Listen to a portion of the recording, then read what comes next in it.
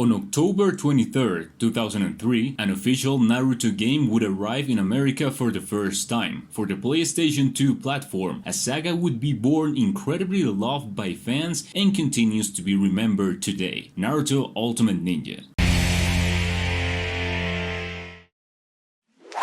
The first saga of Ultimate Ninja games is a sea of nostalgia, and in this series we are going to live it all one more time. Since this is a new review series with a different saga, what if we reach 150 likes? That way you show me your support to get the series forward and bring more chapters. Before we start, I wanted to clarify one little thing. This, along with Clash of Ninja for Nintendo GameCube, were the first Naruto games to arrive in America in 2003. Before this too, Naruto games only existed in Japan. Also, at this time, there were two companies competing to make Naruto games, Takara Tomy and Bandai Namco, since they both had Naruto licenses. After accounts, Bandai won the fight, as we all know it. Just a curious fact. And well, without more to say, let's start with the review of the first Ultimate Ninja.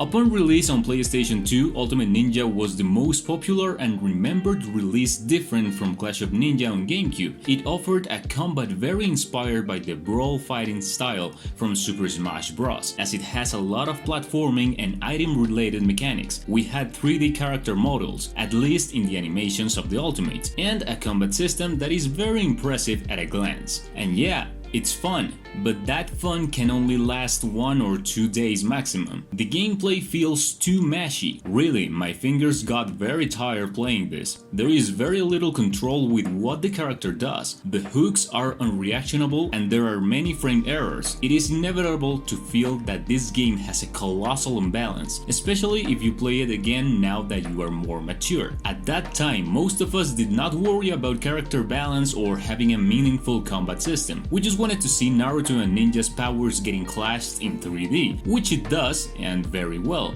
So let's not be confused. We are not here to execution the mechanics of a game based on today's parameters, because it would be absurdly unfair. Remember, it is a retrospective review, so let's continue. At the beginning I was a little confused with the main menu to try to put the voices in Japanese, because I hate with all my being the English dubbing of these games. However, I did not find it, and when I finished the whole game I realized that these settings were in the Naruto House option, so I brought over 10 hours of this. Okay, I'm gonna fight, believe it!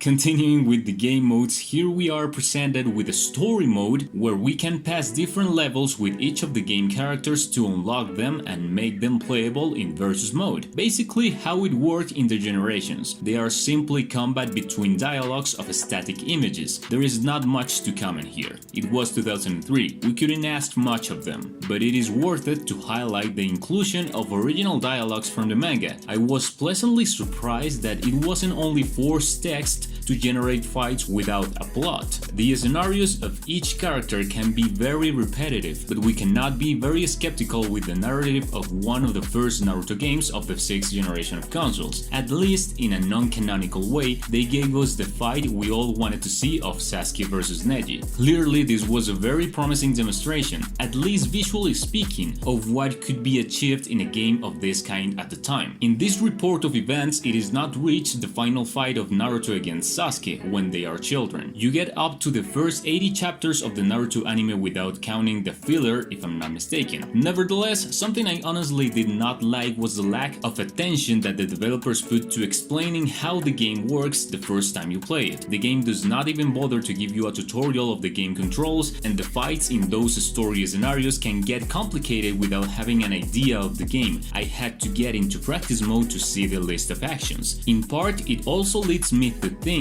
that these practices of previous developers was what had us so lost at the time in regard to controls. And then we have the games that explain to you absolutely every movement you must make with your fingers and basically insult people's intelligence. That's much worse, but let's be sincere, here it was needed, at least from my point of view. So how do we play? I don't know, just mash circle. Obviously there are many characteristics here that the Storm would keep later, like the combos with the same button but pointing at different directions, and the realization of special powers by charging chakra with the triangle. The game also works with chakra substitution, very similar to Storm 1 and 2, triggered at the right time. Do you remember when I mentioned that this game was very inspired by Super Smash? Well, if you still don't believe me, battles used to feature breakable items that contain support items like substitutions, speed, and damage upgrades.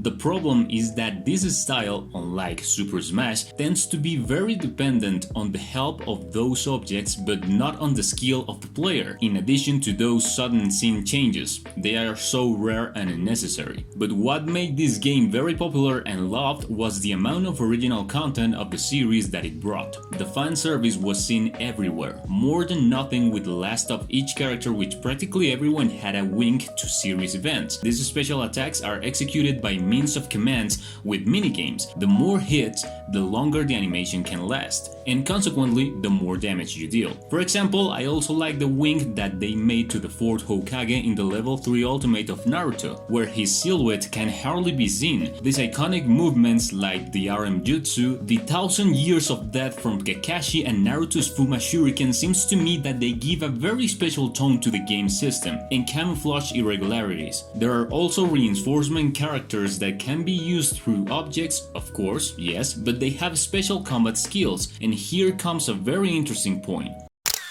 The game has only 14 characters. 14! So the characters that we all already know that are not in the main cast may have appearances in special movements of their partners, like Guy with Rock Lee and Asuma with Shikamaru. They saved the programming of those additional characters, but at least it was not a bad execution of their show.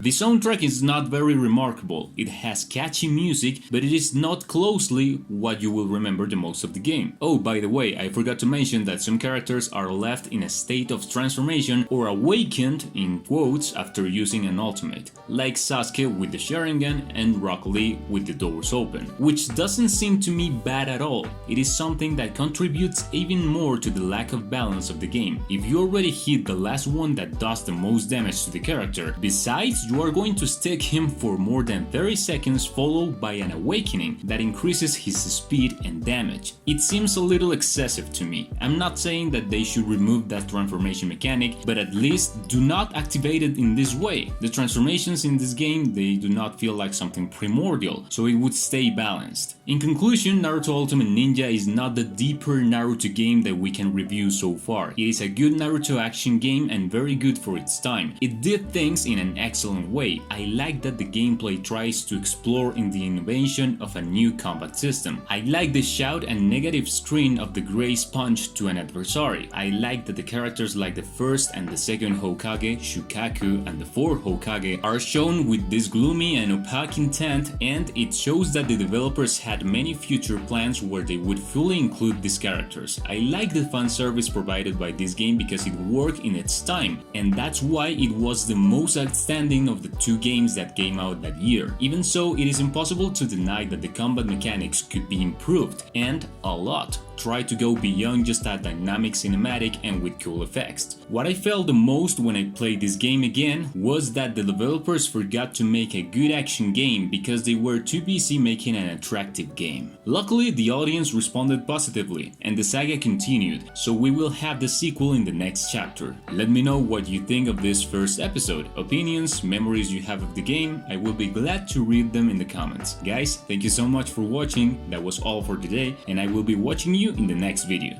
Take care and see ya.